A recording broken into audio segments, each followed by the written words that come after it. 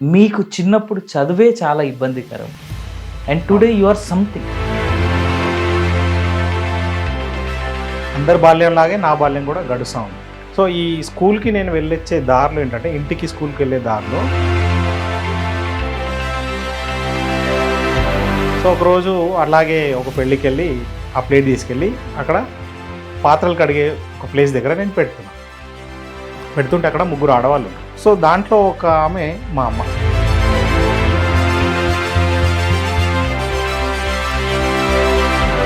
I remember this in your book.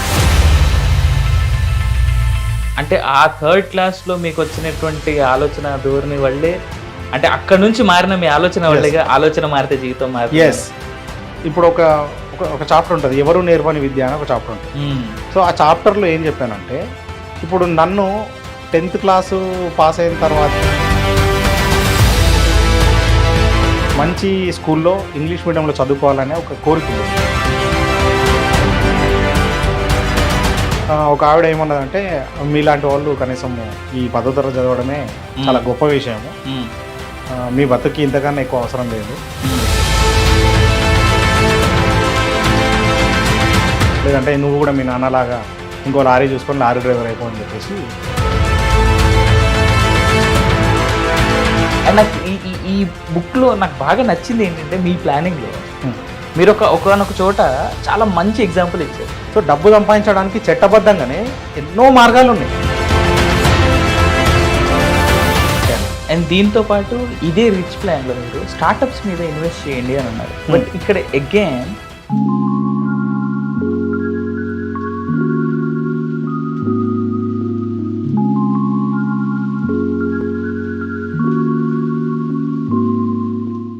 ఈ పుస్తకం first నాకు అందినప్పుడు I was like too excited. ఎందుకంటే అప్పటి వరకు ఫేస్బుక్లో కొంతమంది రివ్యూస్ పెట్టడం, అమెజాన్లోనో ఫ్లిప్కార్ట్లోనో నేను చూడడం, రాసిన వ్యక్తి నాకు అత్యంత పరిచయస్తులు అలాగే దగ్గర వ్యక్తి అవ్వడం రెండూ ఉన్నాయి. నేను కాస్త లేట్గా తీసుకున్నాను ఈ పుస్తకాన్ని. బై ద వే, ఆలోచన మారితే జీవితం మారుతుంది బై నాగరాజు మున్నూరు. సొంతగా ప్రింటింగ్ కోసం వాళ్ళని వీళ్ళని అడిగి వాడికి వీడికి నా డబ్బులంతా ఎందుకు ఇవ్వాలి అని తనే సొంతంగా ప్రింటింగ్ కూడా దానికోసం కంపెనీ సపరేట్గా ఎస్టాబ్లిష్ చేసుకొని చేశారు ఈ పుస్తకాన్ని. నమస్తే, నేను మీ ఆవిన్ జనగామ. వెల్, ఇప్పటిదాకా ఇచ్చినటువంటి ఇంట్రడక్షన్ నాగరాజ్ మున్నూరు గారి గురించి. నేను అన్నా అని ముద్దుగా పిలుచుకుంటాను తన్ని. సో ఇవాళ అన్నా అని పిలవాలా, లేదు అంటే నాగరాజ్ గారు అని పిలవాలా, తన మాట తెలుసుకుందాం. బట్ దానికంటే ముందు, he's a philanthropist, he's a educationalist, he's a businessman, he's a ఏమంటారు ఇంకా సీనియర్ జర్నలిస్ట్, రైటర్, ఆథర్, ఇంకేముంటాయి, ఇంకా చాలా ఉన్నాయి. తన మాటలో తెలుసుకుందాం. నమస్కారం. నమస్తే. అన్న అని పిలవనా, నాగరాజ్ గారు అన్న, సార్ అన్న, ఏమనాలి? ఇప్పుడే కాదు, ఎప్పుడైనా సరే అన్నానే పిలవాలి కదా. సరే అన్న, నేను ఇచ్చిన ఇంట్రడక్షన్ వినేవాళ్ళు సరే ఎలా అనుకున్నా, I know the angles in you, right? మీరు పుస్తకాలు రాస్తారు, పాటలు అప్పుడప్పుడు రాస్తారు, నచ్చిన మాటలు రాస్తారు, సోషల్ మీడియాలో ఎన్లైట్మెంట్ చేస్తూ ఉంటారు, ఫ్రెండ్స్కి ఫస్ట్ కౌన్సిలింగ్ ఇస్తారు, మీరు మంచి బిజినెస్ ప్లానింగ్ చేస్తారు, you are an entrepreneur by yourself. అసలు అవుట్ ఆఫ్ ద కాంటెక్స్ట్, నాన్నగారు ఒక చిన్న లారీ డ్రైవరు, అమ్మ ఇంట్లోనే ఉంటారు, లేదా నాన్నగారికి ఆరోగ్యం బాగాలేనప్పుడు ఊర్లో ఏదో పని, మీకు చిన్నప్పుడు చదువే చాలా ఇబ్బందికరం, and today you are something. Family ఎంత గర్వపడేలాగా, పక్కనున్న వేరే వాళ్ళు మాత్రం అసూయ పడేలాగా. How did it all started? నాకు ఈ పుస్తకం ప్రకారం లేదా మీతో ఉన్నటువంటి సాన్నిధ్యం ప్రకారం అయితే మీ చిన్నప్పుడే మీకు ఈ బీజం అయితే పడింది. అవును. So how it all started? అయితే అందరి బాల్యం లాగానే నా బాల్యం కూడా ఏం పెద్ద డిఫరెంట్ ఏం కాదు. మామూలుగా ఇంట్లో ఆడుకోవడం, స్కూల్కి వెళ్ళడం, చదువుకోవడం. సో అట్లా అందరి బాల్యం లాగే నా బాల్యం కూడా గడుస్తూ ఉంది. దాంట్లో ఏం పెద్ద తేడా లేదు. ఇంట్లో ఆడుకోవడం, స్కూల్కి వెళ్ళడం, మామూలుగా బాల్యం ఎలా ఎంజాయ్ చేస్తుంటామో అట్లాంటి వాతావరణంలో పెరుగుతున్నాను. అంటే చుట్టూ ఉన్న సమాజం గురించి కానీ అవన్నీ కూడా మనకి ఏమీ పరిచయం లేదు అప్పటికి. సో మా ఇంటి దగ్గరనే నాకు చిన్న స్కూల్ ఉండేది. అంటే ఒక సారు ఇంటి దగ్గరనే స్కూల్ నడిపేవాళ్ళు. స్కూల్ అంటే స్కూల్ కాదు, అందులో అందరూ ట్యూషన్ టైప్ వాళ్ళ దగ్గర నుంచి 1వ తరగతి 2వ తరగతి కూడా అక్కడే చదివేది అనమాట. సో ఆ తర్వాత 3వ తరగతి కోసం నన్ను కొంచెం వేరే దూరం ఉన్నటువంటి స్కూల్లో అడ్మిషన్ చేశారు. అది గవర్నమెంట్ ప్రైమరీ స్కూల్ నంబర్ 3 అనమాట. సో మా ఊళ్ళో అట్లాంటి స్కూల్స్ 3 ఉన్నాయి. సో దీని నంబర్ 3 అనమాట. సో నంబర్ 3 స్కూల్ అనేవాళ్ళు. సో ఈ స్కూల్కి నేను వెళ్ళొచ్చే దారిలో ఏంటంటే, ఇంటికి స్కూల్కి వెళ్ళే దారిలో మధ్యలో ఒక టెంపుల్ ఉంది. ఆ టెంపుల్ ఏంటంటే Kanyaka Parameshwari temple. Kanyaka Parameshwari temple. So జనరల్గా ఏంటంటే నాకు ఏంటంటే కొంచెం కోతి చేష్టలు కూడా ఎక్కువ నా దగ్గర. ఎట్లా అంటే నాకు ఏదో నచ్చితే అట్లా చేయడం, మాట్లాడుకోవడం, అట్లా సహజమైనటువంటి బాల్యంలో ఉన్నటువంటి లక్షణాలు. ఇంట్లో ఏంటంటే మామూలుగా మనము రేషన్ బియ్యమే తినేది అప్పుడు నాకు గుర్తున్నప్పటికీ. సన్న బియ్యము తినాలి అంటే ఏదైనా ఫెస్టివల్ రావాలి, పండుగ రోజు ఉండేది. లేదంటే మనం ఎక్కడన్నా పెళ్ళికో లేదంటే ఏదైనా ఫంక్షన్స్కో వెళ్ళడం, లేదంటే బంధువుల ఇంటికి వెళ్ళినప్పుడు మాత్రం తినేదనమాట. సో సన్న బియ్యం అన్నం తినాలంటే వేరే అకేషన్ లాంటిది ఉండాలి. సో నా స్కూల్ వదిలేదేమో 3:30కి అనమాట. స్కూల్ వదిలేది సాయంత్రం మధ్యాహ్నం 3:30కు స్కూల్ అయిపోయేది. సో ఆ టైంకి ఈ గుడిలో ఏదైనా పెళ్ళిళ్ళు అలాంటివి జరుగుతూ ఉండేవి. ఓకే. సో మనం కోర్చేదాలి కదా. సో వెళ్ళేసి ఏదో స్వీట్ తిందామో మంచి ఫుడ్ తిందామో అని చెప్పేసి వెళ్ళి, ఎవరు మనల్ని పిలవకపోయినా స్కూల్ బ్యాగ్ అవన్నీ పెట్టుకొని, యూనిఫామ్ కూడా ఉండేది. సో అన్నీ వేసుకొని కూడా నేను అక్కడ గుడికి వెళ్ళి చాలాసార్లు ఇన్వైటెడ్ గెస్ట్ అనమాట. అంటే మనకి ఎవరు కాదు, అసలు పెళ్లి ఎవరిదో తెలియదు, ఏంటి తెలియదు. మనం ఏంటంటే పోవడం, తినడం, రావడం. సో అట్లా చేస్తుండేవాడిని. అంటే అది ఇంటెన్షనల్ గా చేసింది కాదు, జస్ట్ ఏదో క్యాజువల్ గా బాల్య చేష్టల్లో ఒక భాగం అనుకోవచ్చు. సో అట్లా జరుగుతుంది. అట్లా ఒక రోజు ఏమైందంటే, ఇప్పుడంటే మనము బఫే సిస్టమ్, ప్లేట్ పట్టుకొని అక్కడ అంతా తిరగాలి అట్లా ఉంది కదా. అప్పుడు ఏంటంటే స్టీల్ ప్లేట్స్ ఉండేటివి. ఈ పేపర్ ప్లేట్స్ కానీ ప్లాస్టిక్ ప్లేట్స్ కానీ లేవు అప్పుడు, స్టీల్ ప్లేట్స్. సో తిన్న ప్లేట్స్ అన్ని తీసుకెళ్ళి ఒక దగ్గర దాన్ని పెట్టాలి. సో అట్లా జనరల్గా నేను అప్పటికి చాలాసార్లు చూసున్నా. సో ఒకరోజు అలాగే ఒక పెళ్ళికి వెళ్ళి ఆ ప్లేట్ తీసుకెళ్ళి అక్కడ పాత్రలు కడిగే ఒక ప్లేస్ దగ్గర నేను పెడుతుంటే అక్కడ 3 ఆడవాళ్ళు ఉంటారు. I remember this in your book. ఆ 3 ఆడవాళ్ళు ఎంగిల్ ప్లేట్లను కడిగేవాళ్ళు అనమాట. సో దాంట్లో ఒక ఆమె మా అమ్మ. ఆ రోజు మా అమ్మ మొదటిసారి నేను అక్కడ అలా చూడడం నాకు మనసుకు చాలా బాధ అనిపించింది. అంటే అప్పటి వరకు ఉన్నటువంటి ఈ పిల్ల చేష్టలు, కోతి చేష్టలు అట్లాంటివి ఏమున్నాయో అవన్నీ పోయి నాలో ఒక్కసారిగా కొంచెం బాధ అనేది కలిగింది. అంటే ఎందుకు అమ్మ ఇట్లా ఈ పని చేయడానికి ఇక్కడికి వచ్చిందని చెప్పేసి నాకు చాలా బాధ అనిపించింది. అమ్మ నన్ను చూడలే, నేను ప్లేట్ అక్కడ బారేసిన వెళ్ళిపోయినా, నేను ఇంటికి పోయినా. అమ్మ ఎప్పుడో 6:30-7 ఆ టైంలో ఇంటికి వచ్చింది. ఇంటికి వచ్చిన తర్వాత నేను అడిగిన, ఎందుకు నువ్వు ఇట్లా ఈ పనికి పోయినావు అని చెప్పేసి అడిగితే అప్పటికే మా నాన్నకు కొంచెం లారీ పైన యాక్సిడెంట్ అవ్వడము, దెబ్బలు తగలడం, దానివల్ల పనికి వెళ్ళకుండా ఆయన ఇంట్లోనే ఉన్నారు. అండ్ పొలం పనులు కూడా లేవు. అమ్మ జనరల్గా పొలం పనులకు వెళ్ళేది. ఎందుకంటే నేను కూడా అమ్మెంబడి వెళ్ళేవాడిని. పెసరకాయ ఏరడం, మిరపకాయ ఏరడం, అట్లాంటివన్నీ పొలం పనులు అమ్మతో పాటు వెళ్ళినటువంటి అనుభవము, జ్ఞాపకాలు నాకున్నాయి. కానీ ఆ టైంలో పనులు లేకపోవడం వల్ల ఇట్లా తనకు ఇల్లు నడిపించడం కోసం ఆ పనికి వెళ్ళాల్సి వచ్చింది అమ్మ. సో నాకు అప్పుడు ఒక అంతర్మదనం లాంటిది మొదలైంది. ఏం మొదలైందంటే, పొలం పనులకి వెళ్తే ఎందుకు బాధ కలగలేదు, ఇట్లా ఈ పాత్రలు కడిగే పనికి వెళ్తే ఎందుకు బాధ అయిందని చెప్పేసి నాకు బాధేసింది. నన్ను నేనే క్వశ్చన్ చేసుకున్నా, ఏంటి సో మన పరిస్థితి ఏంది, మనకు ఇట్లా డబ్బులు లేకపోవడం వల్లనే ఇట్లాంటి ఒక సమస్య వచ్చింది అని చెప్పేసి నాకు బాధ అనిపించింది. సో అదే విషయం నేను అమ్మతో చెప్పినా, నువ్వు ఇంకొకసారి ఆ పనికి వెళ్ళొద్దు అని చెప్పేసి కూడా చెప్పిన. కానీ ఏ ధైర్యంతో చెప్పినో ఎట్లా చెప్పినో తెలియదు, కానీ ఇక ఆ తర్వాత అమ్మ ఇప్పుడు అట్లా పోలేదు. సో ఇది ఈ యొక్క సంఘటన, అంటే నా తల్లి అక్కడ ఎంగిల్ ప్లేట్లు కడగడము అనేది సంఘటన నేను చూడడం అనేది నా జీవితంలో జరిగినటువంటి ఒక బిగ్గెస్ట్ చేంజ్, ఒక ఆలోచనలో మార్పు రావడానికి కారణం అదేంది. అసలు ఆ ఏజ్లో అంటే 3వ తరగతి చదివే ఒక స్టూడెంట్కి అసలు ఏమి సమాజం గురించి ఏం తెలిసి ఉంటుంది, ఏం తెలిసి ఉండదు. జనరల్గా మన దగ్గర డబ్బు ఉంటేనే గౌరవంగా బతకడానికి అవకాశం ఉందనే రియలైజేషన్ నాకు ఆ రోజు జరిగింది. ఆ రోజు జరిగిన తర్వాత నా యొక్క ఆలోచన విధానం అనేది ఈ దిశలో మారిపోయింది అనమాట. ఈ కోతి చేతలు ఇవన్నీ కొంచెము పోయి మనం సమాజంలో గౌరవంగా బతకాలంటే డబ్బు ఉండాలి అని ఒక నిర్ణయం నాకు కలిగింది. అంటే ఆ 3rd క్లాస్లో మీకు వచ్చినటువంటి ఆలోచన ధోరణి వల్లే, అంటే అక్కడ నుంచి మారిన మీ ఆలోచన వల్లేగా, ఆలోచన మారితే జీవితం మారుతుంది.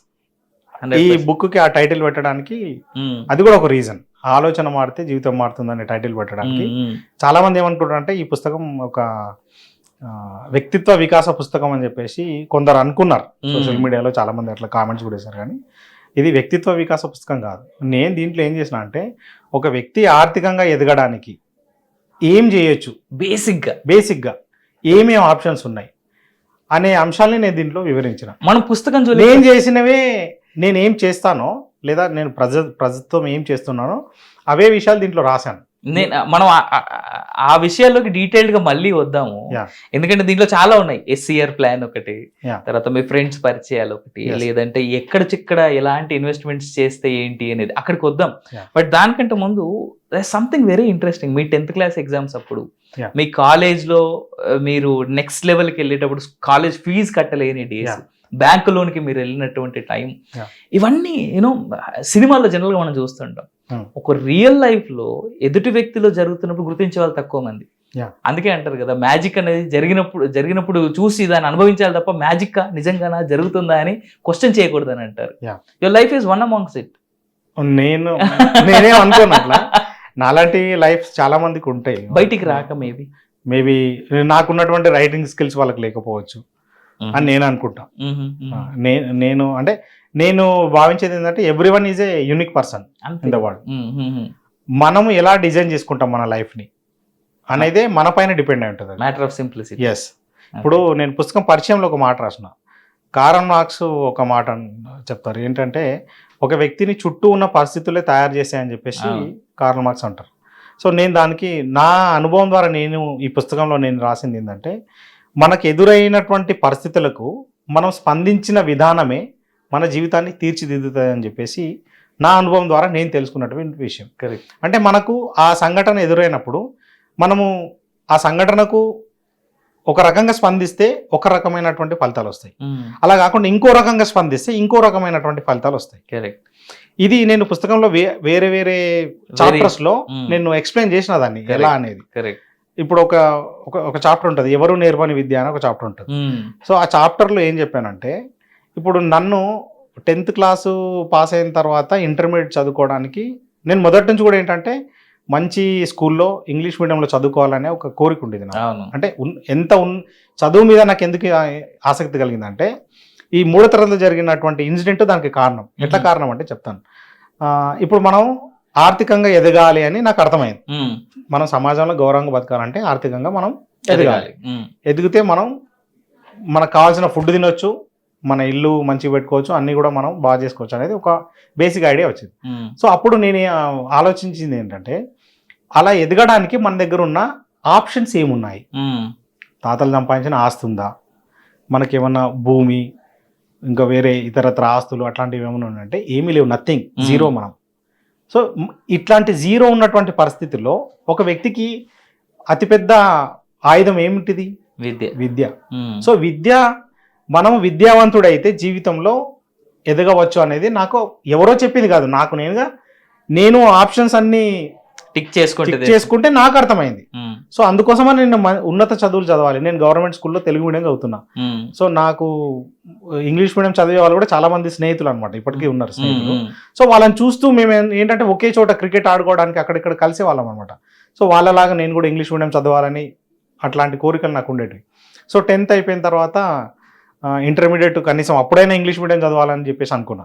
సో అప్పుడు జరిగినటువంటి సంఘటన ఏంటంటే ఒక ఆవిడ ఏమన్నదంటే మీలాంటి వాళ్ళు కనీసము ఈ 10వ తరగతి చదవడమే చాలా గొప్ప విషయము, మీ బతుకి ఇంతకన్నా ఎక్కువ అవసరం లేదు, వెళ్ళి ఏదన్నా ఫ్యాక్టరీలో కార్మికునిగా పనిచేసుకో, లేదంటే నువ్వు కూడా మీ నాన్నలాగా ఇంకో లారీ చూసుకొని లారీ డ్రైవర్ అయిపో అని చెప్పేసి చెప్పింది. ఇప్పుడు జనరల్గా మనల్ని ఒకరు మన యొక్క ఆర్థికంగా లేనటువంటి స్థితిని వాళ్ళు హేళన చేస్తూ మాట్లాడుతున్నారు జనరల్గా. అప్పుడు నేను ఏం చేయాలంటే, నేనని కాదు, ఒక వ్యక్తి ఏం చేశారంటే ఇప్పుడు నిన్ను ఎవరైనా తిట్టిరనుకో నీకు ఇమీడియట్గా ఏమొస్తుంది అంటే కోపం వస్తుంది. అవును, కోపం వస్తుంది. కోపం వచ్చి ఆ ఎదుటి వ్యక్తి మీద శత్రుత్వ భావన అనేది పెరుగుతుంది. కరెక్ట్.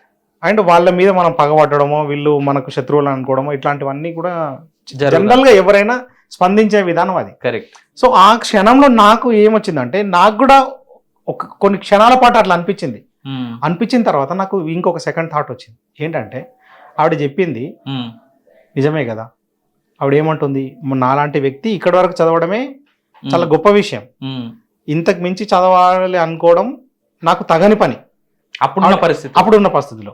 ఆవిడ ఏమంటుంది, నన్ను నిజానికి నా యొక్క లోపాలను తను ఎత్తి చూపుతుంది. సో నేను అప్పటి నుంచి ఏమనుకున్నా అంటే, ఎవరైతే మన లోపాలను మనకు గుర్తు చేస్తారో వాళ్ళే నిజమైన మనకు గురువులు. That's the best thing. ఇది నాకు ఎవరో చెప్పింది కాదు, కరెక్ట్, మీ సెల్ఫ్ ఎక్స్పీరియన్స్. అంటే నేను వాళ్ళ ఇంట్లో మాట్లాడి మా ఇంటికి నడుచుకుంటూ వెళ్తుంటే, ఆ నడుచుకుంటూ వెళ్తున్నటువంటి టైంలో వచ్చినటువంటి ఆలోచన ఇది. అంటే నాకు తన మీద అప్పటి వరకు ఇమీడియట్ గా కలిగింది కోపం. ఆ కోపం అనేది పోయి నాకు చాలా రిలీఫ్ అయిపోయింది నా మనసంతా. తను ఏం చెప్పింది, నీ దగ్గర డబ్బు లేదు, నీకు చదువుకోవడం ఇవన్నీ కూడా ఇట్లా చెప్పింది కదా. సో నా లోపాలని తను క్షుణ్ణంగా నా కళ్ళ ముందు పెట్టింది. ఇప్పుడు నేనేం చేయాలి, ఈ లోపాలని అధిగమించాలి. కరెక్ట్. దీని తర్వాత నెక్స్ట్ జర్నీ స్టార్ట్ అయింది.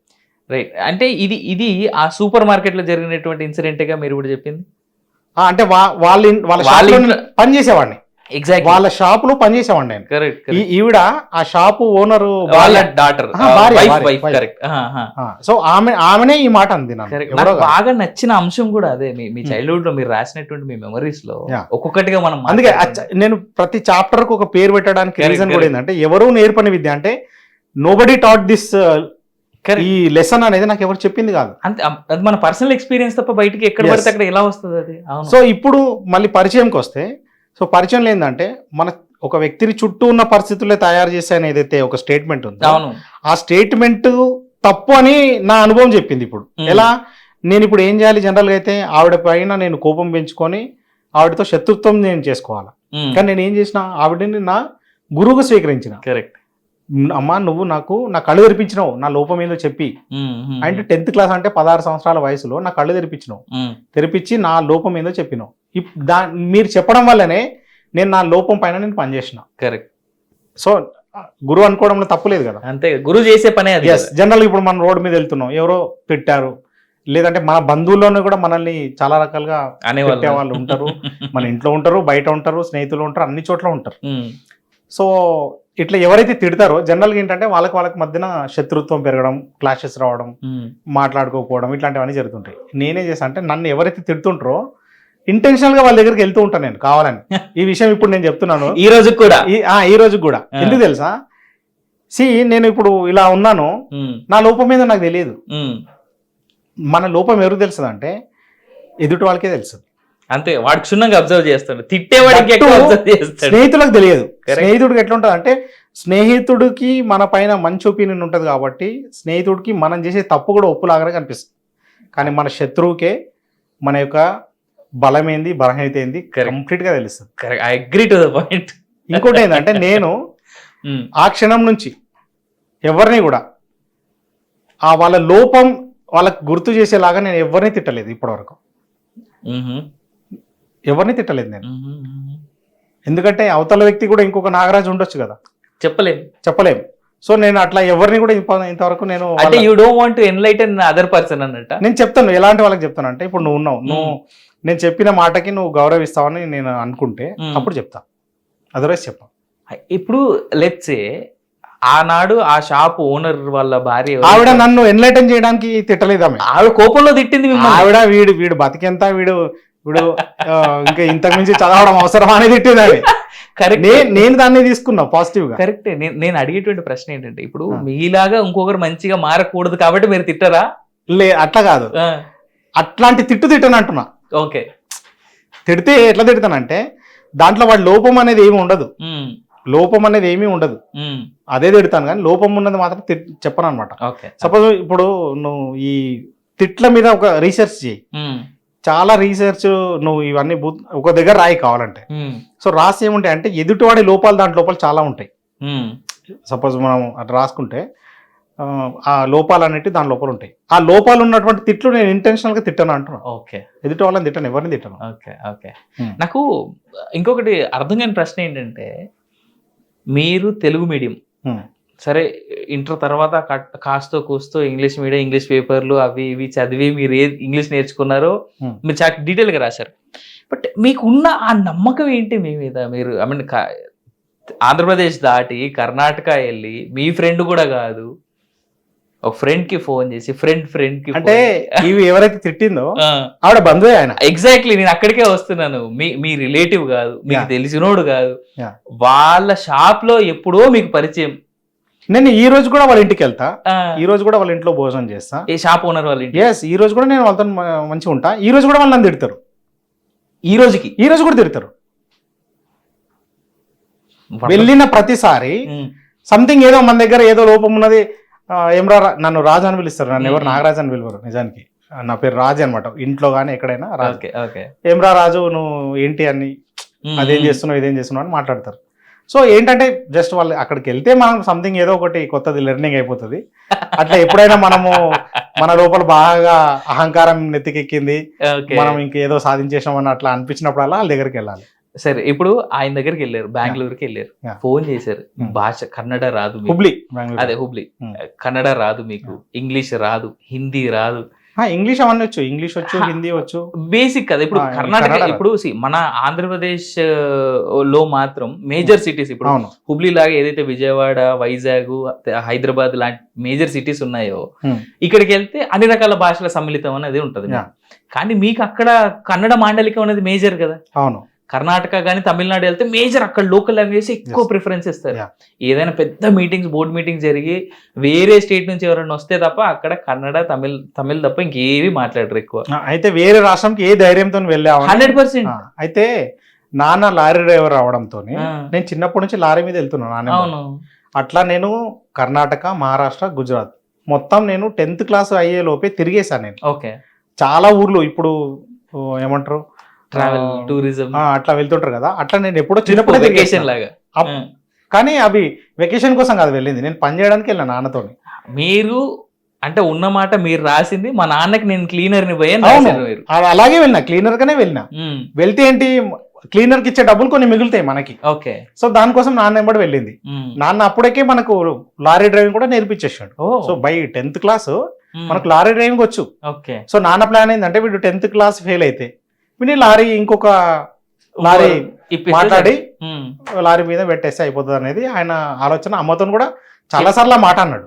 అది కూడా ఒక భయం ఉండేది మన లోపల, ఏంటిది మనము ఫెయిల్ అయితే మనం లారీ డ్రైవర్ అయిపోతాం అనేసి. అంటే ఆ ముందు ఒకసారి మీరు ఫెయిల్ అయింది కదా మరి. అంటే ఫెయిల్ అయినా అప్పుడు 7th క్లాస్ ఫెయిల్ అయినాం కానీ, అందుకే అంటున్నా. అంటే దానికి ఒక ఆప్షన్ ఉంది ముందుకు పోవడానికి, ఇక్కడ ఆప్షన్ లేదనమాట. సప్లిమెంటరీ ఆప్షన్ కూడా ఇయ్యలే నాన్న సైడ్ నుంచి లేదు. నువ్వు ఫెయిల్ అయినావు అంటే నువ్వు పక్కా లారీ డ్రైవర్ అవ్వాల్సిందే, నిన్ను ఆ పనిలో పెట్టేస్తే కొంచెం ఇంటికి ఆర్థికంగా చేదోడు వాదోడు ఉంటారని చెప్పేసి ఆయన ఫీలింగ్. అమ్మ కూడా యాక్సెప్ట్ చేసి ఉంటది. మనం ఏం చెప్పడానికి ఏం లేదన్న, నిజంగా ఫెయిల్ అయి ఉంటే అదే అయి ఉండేది. సో ఇంటి దగ్గర ఒక MRF ఫ్యాక్టరీ ఉంది, ఆ ఫ్యాక్టరీలో పోయి అక్కడ జాబ్ చేసేవాడిని.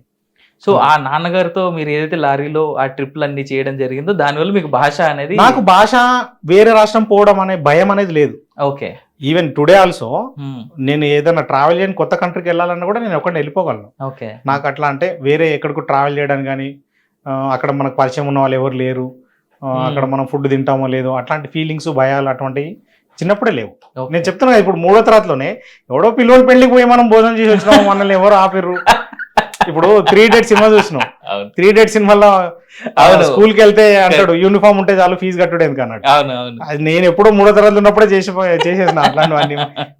మనది ఏంటంటే ఒక చోటుకి వెళ్తుంటే ఎవరన్నా నువ్వు ఇక్కడికి రావద్దు అని ఆపే వరకు నేను వెళ్తూనే ఉంటా. హుబ్లీ రీచ్ అయ్యారు, మిమ్మల్ని ఎవరైతే తిట్టారో వాళ్ళ బంధువు దగ్గరికి వెళ్ళారు, ఆయనతోనే ఆయన రూమ్ లో ఉన్నారు. అవును. బట్ ఆయనతో మీరు చెప్పిన మాట ₹1,00,00,000 సంపాదించాలి. అవును, తిట్టాడు ఆయన ఆ మాట చెప్తే. ఆయన ఎప్పుడు డ్రీమ్ చేసి ఉంటాడు, చేయలేదు. It was we were talking about 2005-6 2005. అప్పటికి ₹1,00,00,000 అనే మాట చాలా పెద్దది, పలకడానికే పెద్దది. ఇప్పుడు ₹1,00,00,000 చాలా చిల్లర అయిపోయింది. అంటే డబ్బు అనేది ఈజీ అయిపోయింది ఈ రోజుల్లో చాలా వరకు. కానీ 2005లో మీరు ₹1,00,00,000 నేను సంపాదిస్తానంటే అది ధైర్యమా? అంటే ఈ ప్రశ్న నేను అండం అని కాదు, బట్ ఆయన కూడా నన్ను అడిగాడు. మూర్ఖత్వమా? ఆయన కూడా నన్ను అడిగాడు ఇదే మాట. ఎస్, ఏం అడిగాడు అంటే ఆయన కూడా రాజని పిలిచాడు. నేను వెళ్ళిన తర్వాత ఏం చేశానంటే ఇట్లా ఇంట్లోంచి వచ్చేసినా అని చెప్పాను క్లియర్. ఎప్పుడు చెప్పినా ఆయన కలిసిన తర్వాత చెప్పిన, అప్పటివరకు ఆయనకు చెప్పలే. ఇంట్లోంచి వచ్చేసిన నేను బ్యాగ్ సర్దుకొని నేను ఇంకా ఇంటికి పోవడం లేదు, ఇక్కడే ఉంటాను నీ దగ్గర అని చెప్పి చెప్పిన. సో చెప్పిన తర్వాత ఆయన నన్ను రూమ్లో వదిలేసి వెళ్ళిపోయాడు. నువ్వు ఆయన తినేసి జాబ్ కి ఆయన పోయిండు. పోయిండు. నేను ఈవినింగ్ వస్తా మాట్లాడుకుందాం అని చెప్పేసి వెళ్ళిపోయాడు. వెళ్ళిపోయి వచ్చిన తర్వాత ఈవినింగ్ కూర్చొని మంచిగా డిస్కషన్ అప్పుడు స్టార్ట్ అయింది.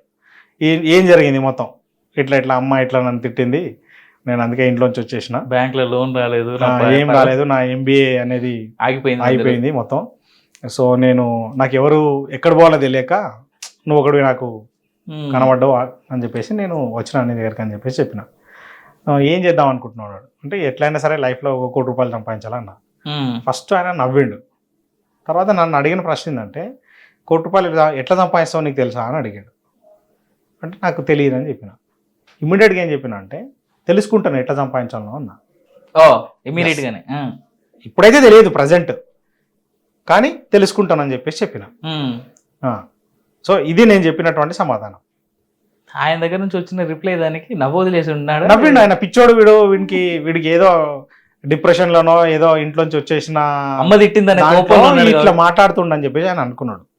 ఇది వాస్తవంగా జరిగింది. 2005లో ₹1 కోటి అనేటువంటి మాట చాలా పెద్ద మాట. ఎస్, అఫ్ కోర్స్ ఈ రోజుకి ఒక కామన్ మ్యాన్ కి అంటే నాలాంటి వాడికి ₹1 కోటి చాలా పెద్ద మాట. ఇప్పటికి కూడా ₹1 కోటి చాలా పెద్ద అమౌంట్, చిన్న అమౌంట్ ఏం కాదు. కానీ 2005లో ₹1 అంటే ఇప్పుడు ఉన్నటువంటి డబ్బుతో మనం పోల్చుకుంటే కనీసం ఒక 20 కోట్ల కంటే పైచిలుకు ఎక్కువనే. అంత డబ్బు ఆ 2005 సంవత్సరంలో నేను సంపాదిస్తాను ఏ రకంగా మీరు అన్నారు? అంటే కాన్ఫిడెన్స్ అంతే. Right. At the same time అదే హుబ్లీలో సరే మీకు అక్కడ ఒక ఉద్యోగం రావడం, మీరు ఒక కంపెనీలో జాయిన్ అవ్వడం ఆయనే పెట్టించాడు. అవునవును. ఆయన పనిచేసే సంస్థలోనే నన్ను చాలా చిన్న స్థాయి ఉద్యోగంలో పెట్టించండి. ఓకే, ఇక్కడ ఇదే అవైలబుల్ ఉంది, తీసుకున్నా, అది అవైలబుల్ ఉంది, మనం తీసుకున్నాం.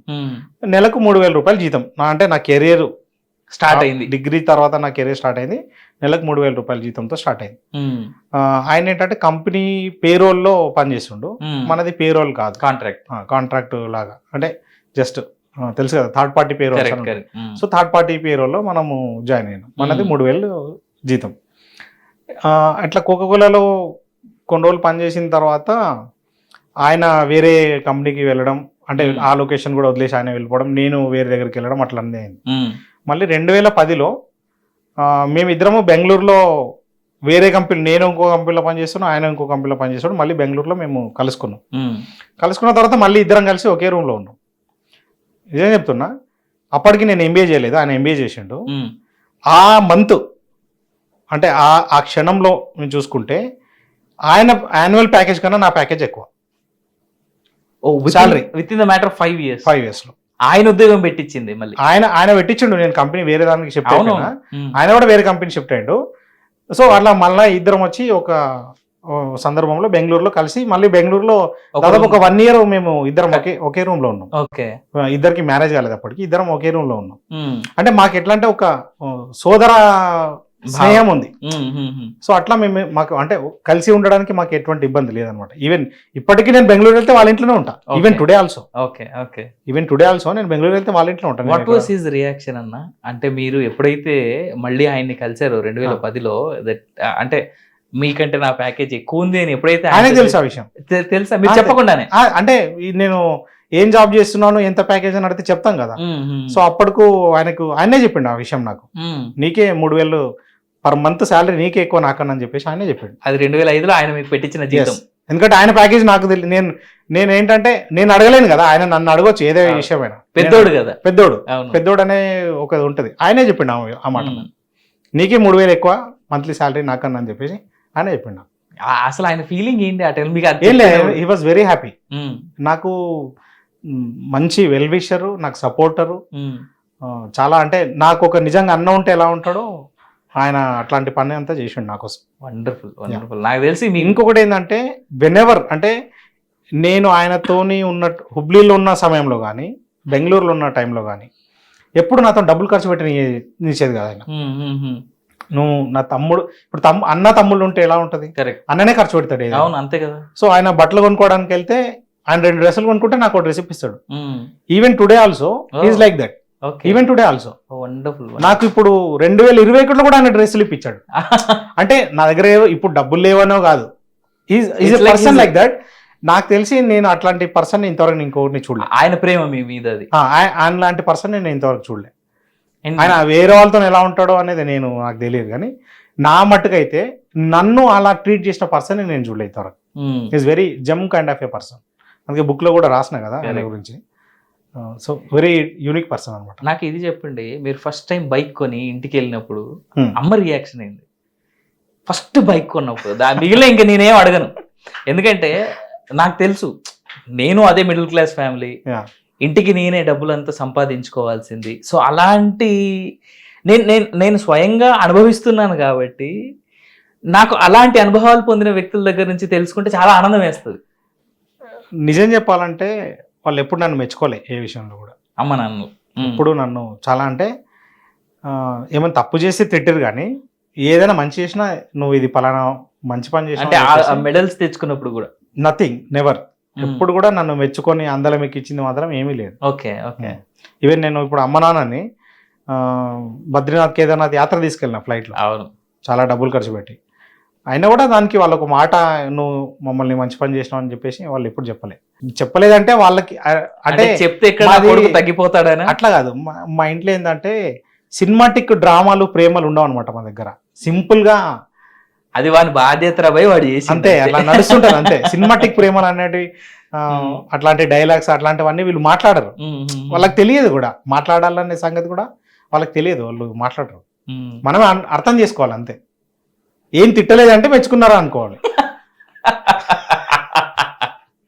పలానా ఒక పని చేసినాం మనల్ని ఏమనలేరంటే ఓకే ఇది వీడు కరెక్టే అని చెప్పేసి వదిలేస్తారు అంతే. ఇక ఓకే బాబు నువ్వు ఇప్పుడు సినిమాలో లాగా బండి దిగనే బాబు అట్లాంటి మాట్లాడినట్టు ఏముండవు. Okay okay. So first bike కొన్నప్పుడు కూడా బైక్ కొన్నా, కారు కొన్నా, ఇల్లు కట్టినా, ఏం చేసినా ఎప్పుడు కూడా నువ్వు ఈ పలానా పని చాలా గొప్పగా చేసినావు అని చెప్పేసి నాతోని చెప్పలేదు, కానీ నా గురించి బయట చెప్పారు. మా అమ్మ నాన్న బయట నా గురించి గొప్ప చెప్పుకుంటారు.